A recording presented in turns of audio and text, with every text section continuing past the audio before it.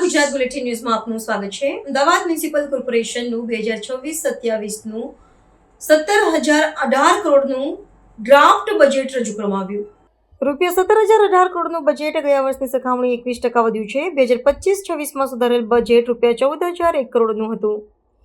બજેટમાં road, drainage, પાણી અને વીજળી જેવી માળખાગત સુવિધાઓ પર ભાર મુકાયો છે। શહેરમાં રમતગમતને પ્રોત્સાહન આપવા 11 નવા સ્પોર્ટ્સ કોમ્પ્લેક્સ બનશે। કોમનવેલ્થ ગેમ્સને ધ્યાનમાં રાખીને આયોજન કરાયું છે। ટ્રાફિક સમસ્યા હળવી કરવા એલિવેટેડ કોરિડોર અને નવા ફ્લાયઓવર બનાવાશે। બોપલ રિંગ રોડથી ગુમા સેટેલાઇટથી ઇસ્કોન સુધી માર્ગ વિકાસ થશે। 5 રેલવે ઓવરબ્રિજ અને 3 ફ્લાયઓવર પણ બનશે। બજેટમાં સૌથી વધુ ₹1,931 કરોડ ડ્રેનેજ માટે ફાળવાયા છે। રોડ રસ્તા માટે ₹1,540 કરોડ અને પાણી માટે ₹794 કરોડની જોગવાઈ। રેવન્યુ ખર્ચ ₹7,150 કરોડ અને કેપિટલ ખર્ચ ₹9,868 કરોડ રહેશે। અમદાવાદ મ્યુનિસિપલ કોર્પોરેશનનું 2025-26નું સુધારેલ અંદાજ અને 2026-27નું ડ્રાફ્ટ બજેટ આજે રજૂ કર્યું છે અને એમાં ખાસ કરીને આપણે અલગ અલગ બાબતો ઉપર ધ્યાન કેન્દ્રિત કર્યું છે। આ બજેટ જે છે આ બજેટના પ્રોસેસ પણ ખૂબ ઉત્તમ તરીકે થાય, પાર્ટિસિપેટરી બજેટ અને તમામ સ્ટેક હોલ્ડરના સાથે રહીને આ બજેટ આપણે કર્યું છે। આ બજેટમાં આ વખતના ખાસ એના ઉપર ફોકસ કર્યું છે કે લોકોના જે પ્રોબ્લેમ છે એ પ્રોબ્લેમ અલગ અલગ વોર્ડમાં, અલગ અલગ ઝોનમાં અલગ અલગ પ્રકારનું હોય છે।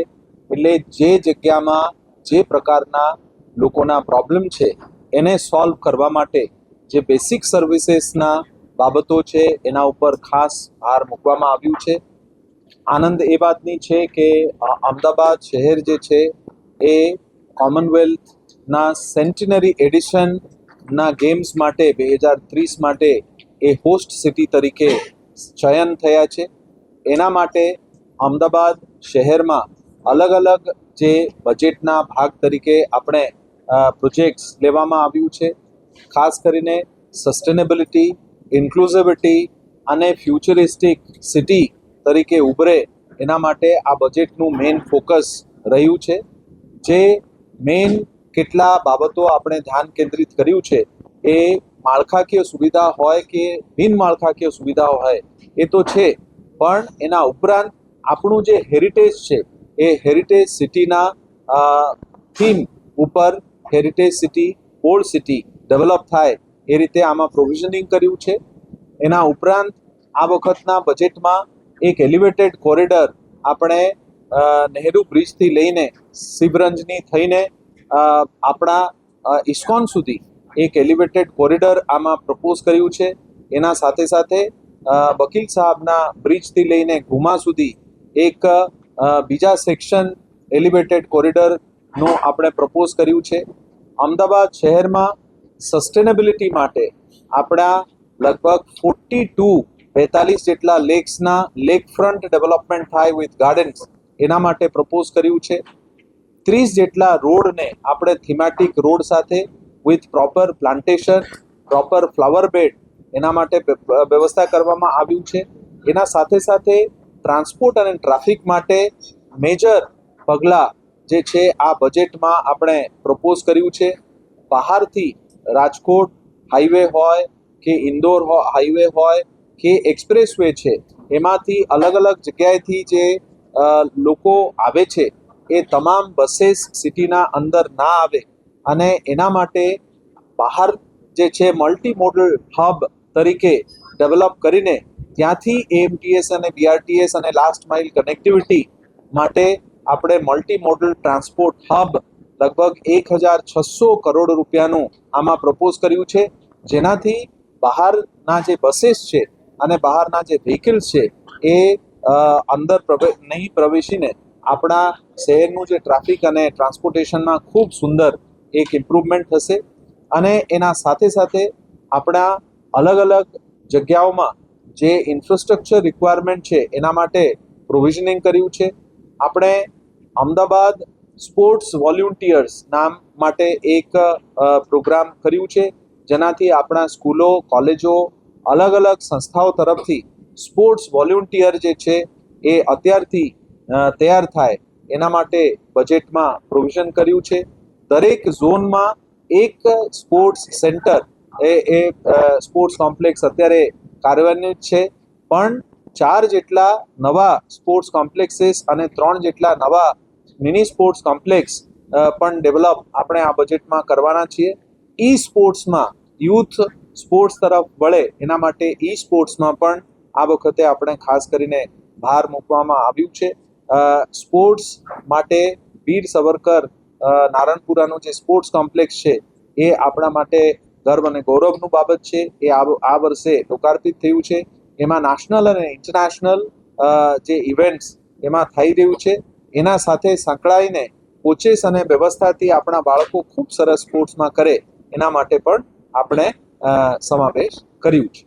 એના ઉપરાંત આપણે સસ્ટેનેબિલિટીમાં મેં આપને કીધું કે 42 જેટલા ગાર્ડન છે, એ લેક છે, એ લેક ગાર્ડન તરીકે ડેવલપ થાય એના માટે આપણે વ્યવસ્થાપન કર્યું છે. મેજર એક પ્રોજેક્ટ જે આપણે લેવામાં આવ્યું છે એ છે કે આપણા અત્યારે રિન્યુએબલ એનર્જીમાંથી 14% જેટલું એનર્જી અત્યારે આપણે મેળવીએ છીએ.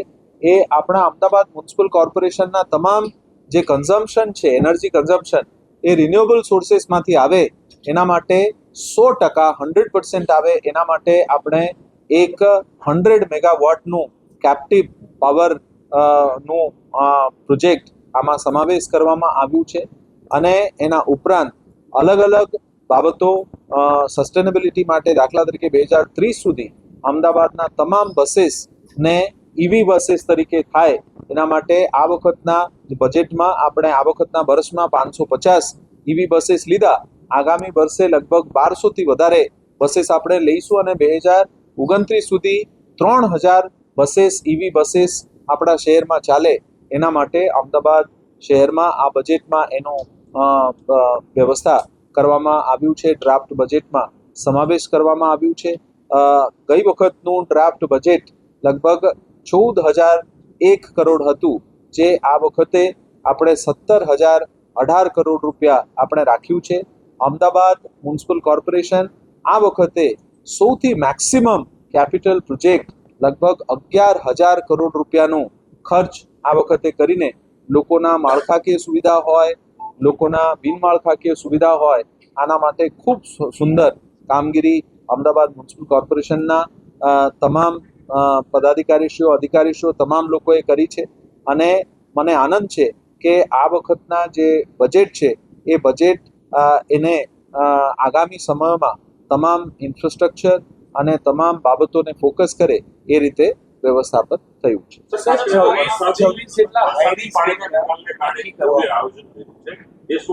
વરસાદી જે પાણી ભરાય છે, જે મોટી સમસ્યા છે ખેતી માટેની છે, એને એના માટે કેવી રીતે બજેટમાં વિશેષ જોગવાઈ છે? જે વરસાદી પાણીના નિકાલ માટે અમદાવાદ શહેર માટે એક ફ્લડ પ્રૂફ સિટી તરીકે ડેવલપ થાય એના માટે આપણને NDMA ફેઝ 1નું ભારત સરકારશ્રીનું ગ્રાન્ટ મળેલ છે, જેનાથી ફેઝ 1નું કામગીરી અત્યારે ચાલે છે. ફેઝ 2 અને ફેઝ 3 કામગીરી માટે આપણે પૂરેપૂરું એક માસ્ટર પ્લાન બનાવવામાં આવ્યું છે. અમદાવાદ શહેરમાં પાણી નહીં ભરાય અને ઝડપથી પાણીનો નિકાલ થઈ જાય અને એ પાણી લેકમાં જાય એના માટે લેકના જે સરફેસ ડ્રેનેજનું વ્યવસ્થા એનું અને તમામ લેક્સના ઇન્ટરલિંકિંગનું વ્યવસ્થા એમાં કરવામાં આવ્યું છે. અમદાવાદ શહેરમાં જેટલા પણ ગાર્ડન છે એ સ્પોન્જ પાર્ક તરીકે અલગ અલગ જગ્યા ઉપર જ્યાં પણ પાણી ભરાય છે ત્યાં ડેવલપ થાય. નેચર બેઝડ સોલ્યુશન માટે પણ આમાં ફોકસ કર્યું છે.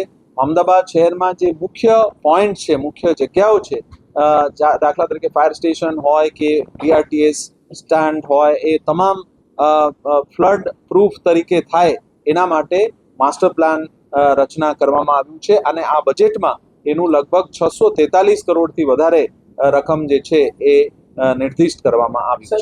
ફ્લડ પ્રૂફ ક્યારે નક્કી કરવામાં આવે કે જ્યારે ફ્લડગ્રસ્ત એટલે પૂરગ્રસ્ત સ્થિતિ અમદાવાદ શહેરમાં જ્યાં પણ પાણી રિલેટેડ અથવા ડ્રેનેજ રિલેટેડ કમ્પ્લેન્ટ આવે એના કમ્પ્લેન્ટ રિડ્રેસલ સિસ્ટમમાંથી છેલ્લા 5 વર્ષના આંકડામાંથી આપણને એવું મળ્યું છે કે 26 જગ્યાઓ ઉપર મેક્સિમમ કમ્પ્લેન્ટ રજિસ્ટર થયા છે.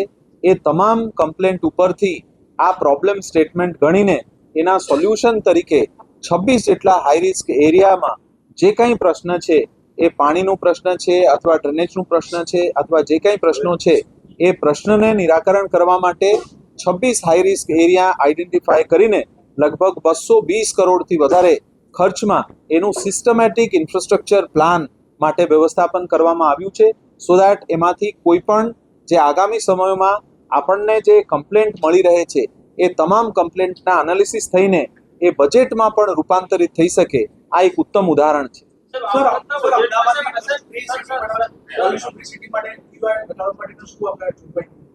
અમદાવાદ શહેરમાં એર ક્વોલિટી ઇન્ડેક્સ માટે આપણે આ વખતના બજેટમાં ઘણા બધા પ્રોજેક્ટ્સ લેવામાં આવ્યું છે.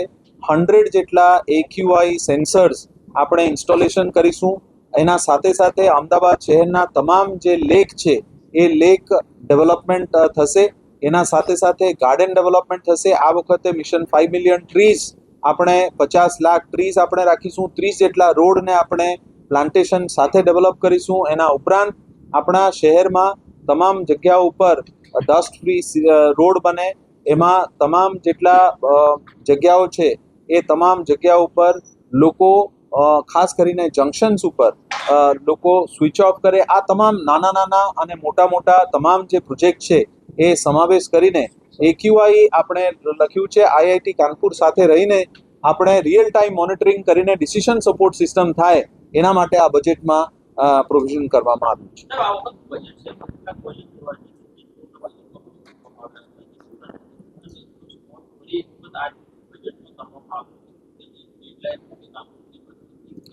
ઘણા બધા પ્રોજેક્ટ એવા છે જે લોંગ ટર્મ અને લોંગ જેસ્ટેશન પીરિયડનું હોય છે અને કોમ્પ્લેક્સ પ્રકારના હોય છે.